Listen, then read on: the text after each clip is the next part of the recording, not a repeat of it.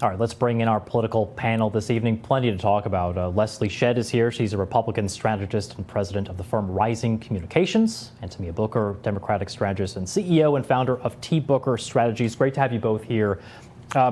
Just to start with you here, Leslie, and just to kind of go back to what I thought was a pretty extraordinary press conference earlier today with the Vice President, J.D. Vance, just in terms of kind of the tone there, the emotion, the rhetoric. What did you make of it? And do you think that the White House is kind of doing enough to try to turn the temperature back down in the country? Well, and I think that really is, at the end of the day, what needs to be done. We are seeing rhetoric on both sides of the aisle that I think are inflaming tensions. Behind this, behind what happened here, is this belief, because of what's coming from people on the far left, that there's a threat to democracy, that ICE agents are somehow not human. They've been dehumanized. They are thugs. They are Nazis. And when you do that, it creates this belief that people should be putting themselves in a situation where they're going to risk their life in order to protect themselves. And I think that's what's happened here. I would encourage people on both sides of the aisle to turn down the rhetoric. What we saw in Minneapolis it's just terrible. It's a terrible, horrific tragedy, and we don't want this to happen any further. Tamia, what do you make of what we heard? I guess, we could also mention some of the comments by the mayor, and although Governor Walz, he's been a bit more reserved, I think, than some of the other officials. Yeah, when you have a mayor who's on the ground and seeing this, right, like he said earlier, we all have seen the video. She was running away. She was driving away, and that's someone who's not a threat. And so it's frustrating when we have seen this before in other places where this administration has targeted blue cities and blue states. And so it creates more of a divide. And so then you can say, oh, okay, well, this is terrorism or the mayor's acting out. Well, really, you're actually causing real chaos. Someone died trying to just look out for her neighbors. It's unacceptable. So at this point, we have to really look at what's happening and hold everybody accountable. And I think it's unfortunate that there is such inflammatory language being used, and we're acting, and the secretary is saying that, we may investigate her further when she's already passed away.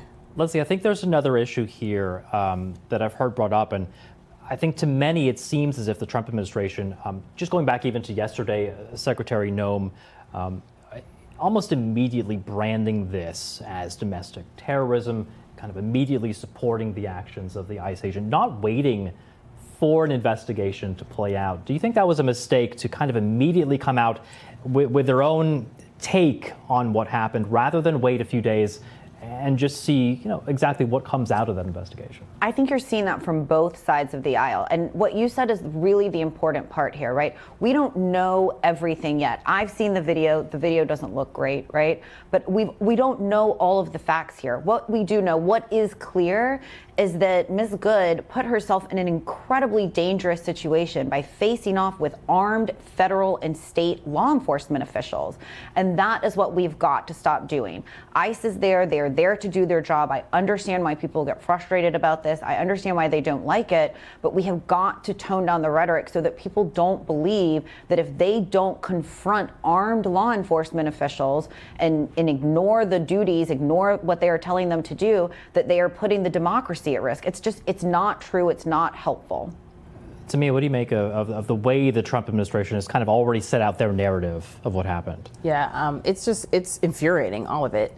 They act fast, and then they try to say that we're the problem, right? And I think that's the problem. You have government with excessive overreach, abuse of power. There are people who are out here trying to protect and look out for other citizens, and that's okay. There's nothing illegal about that. And when you've seen in the past where a man was shot, where his two kids were in the car with him trying to drive away from what he sees as danger, because he's seen it on television. He's seen that this is a threatening situation. I need to get away. And so for them to be sitting here and saying inflammatory statements, it only adds to the chaos, and people don't trust. So when you have a distrust of the government, you get what you're getting now. Leslie, J.D. Vance did say, this was a tragedy. It's one, obviously, that no one wishes would have happened. We heard yesterday from Minnesota officials saying essentially they were bracing for something like this, just given the presence of ICE agents in the city. Should the Trump administration now, after this incident, maybe start to re-examine some of the ways that it does carry out these enforcement actions? Some of these, the ways that we see these happen, masked agents, for example, a large use of force. are seen by some as inflammatory to the communities, I believe. But all of those things have been reactions to what people have been saying and doing towards ICE agents for the last year, right? They are out there trying to do their job. They're trying to enforce the law. They're trying to enforce immigration laws. It's unfortunate and it is sad if somebody has been living here for a while and gets deported, but that's the law and that's what they're supposed to do. And the response has been people throwing things at them, trying to flee and run away, threatening them. They've been told online that they're murderers, that they're terrible, they're Nazis, they're thugs. And over time, police officers, any officer, any law enforcement official is going to have to adjust their tactics and adjust the way that they operate in order to keep those officials safe. Tamia, do you think, should ICE adjust? I mean, you know, given that there now has been this deadly shooting, should something change? Absolutely, and they should have never started this way in the first place. The key part here too is we've had U.S. citizens be deported, and that's the part that adds to the rhetoric, the frustration, and the chaos. And so, yes, you would think now that someone who is innocently standing there has been shot, that they should, but instead there's tear gas, they have the gas mask on. You're only escalating the situation. And so when you have inflammatory language coming from the president who is leading this, and then also the secretary, then there's no other choice for people to do but to react and protest. About a minute left, but I do want to touch on some news from Capitol Hill today. A couple of important votes, one in the Senate, one in the House. Potentially symbolic, 5 Republican senators voting to back a war vote that would essentially, limit President Trump's powers in Venezuela. Another one that would pass these health care subsidies. That was in the House.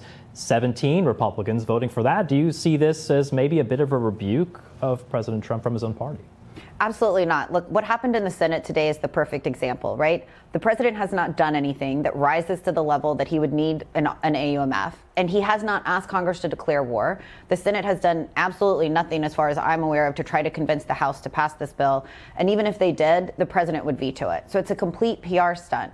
If the Senate and these senators that voted for this bill today truly care about reclaiming their war powers and ensuring that we have clear authorities in place for the executive branch to use military force, then they would be working to update the existing AUMF that we have. This is something that Congress has been talking about for years. When I was back in Congress, for the last 5-6 years, they haven't done anything on this. All they've done is repeal 91, repeal 2002. We are facing new threats since we passed these authorizations over 20 years ago. Congress needs to get together and do that. That would make me feel like Congress is doing something effective. Tamia, last answer to you. Some Republicans seemingly a little bit more brave to break ranks with the president. Yes, I was shocked to see it, because all we've been asking for is some level of accountability. If the shoe was on the other foot, if this was Biden or Obama, there would be none of this stuff would be acceptable. So it's good to see that at least they're brave enough to vote. I wish it was more. This is all absurd. And breaking with the party to stand up for the people is what needs to happen regardless. If you're elected to lead this country, then you should be doing what's best for this country. I will have to leave it there. Tamia Booker, Democratic strategist, Leslie Shedd, Republican strategist. Great to have you both in. A lot to talk about. We appreciate it. Thank you. Thank you.